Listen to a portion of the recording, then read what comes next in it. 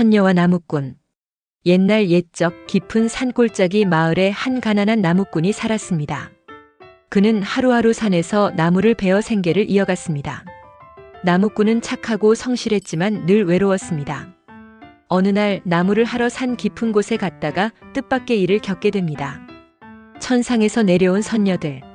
나무꾼은 우연히 산속에 숨겨진 아름다운 연못을 발견했습니다. 그곳은 맑은 물과 푸른 나무가 어우러진 신비로운 장소였습니다. 연못 근처에서 잠시 쉬고 있던 그는 하늘에서 선녀들이 내려오는 것을 보았습니다. 선녀들은 연못에서 목욕을 하기 위해 날개옷을 벗어 바위 위에 두고 즐겁게 물장구를 치며 놀았습니다. 그 모습에 너클 잃은 나무꾼은 용기를 내어 선녀들의 날개옷 중 하나를 몰래 감추었습니다. 그는 가장 아름다운 선녀의 날개옷을 숨겨 그녀가 하늘로 돌아가지 못하도록 했습니다. 선녀와 나무꾼의 만남. 목욕을 마친 선녀들은 날개옷을 찾아 다시 하늘로 올라가려 했습니다. 하지만 날개옷을 잃어버린 선녀는 하늘로 돌아가지 못하고 울고 있었습니다.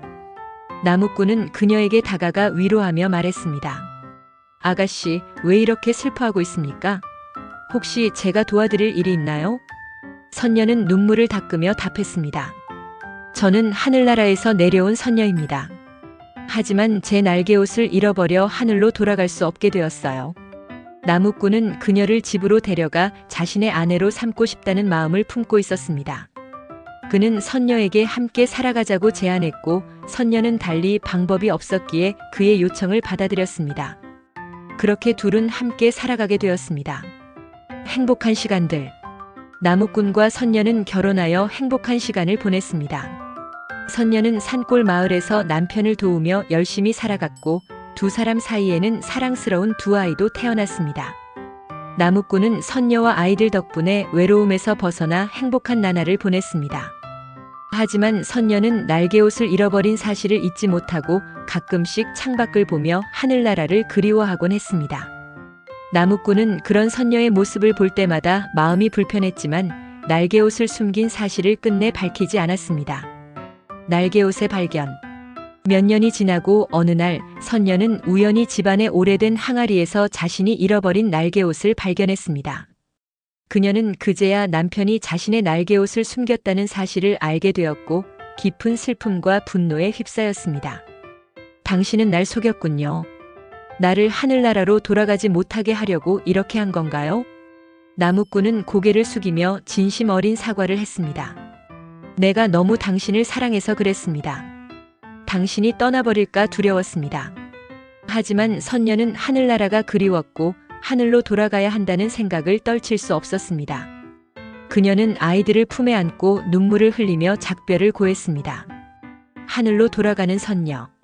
날개옷을 입은 선녀는 하늘로 올라가야 했습니다. 그녀는 나무꾼에게 이렇게 말했습니다. 당신과의 시간은 소중했습니다. 하지만 나는 본래 하늘의 사람이니 이제 돌아가야 합니다. 우리 아이들을 잘 부탁합니다. 그녀는 아이들에게도 작별 인사를 했습니다. 선녀가 하늘로 올라가는 모습을 보며 나무꾼은 슬픔에 잠겼습니다. 그는 선녀와의 이별을 받아들여야 했습니다. 나무꾼의 노력.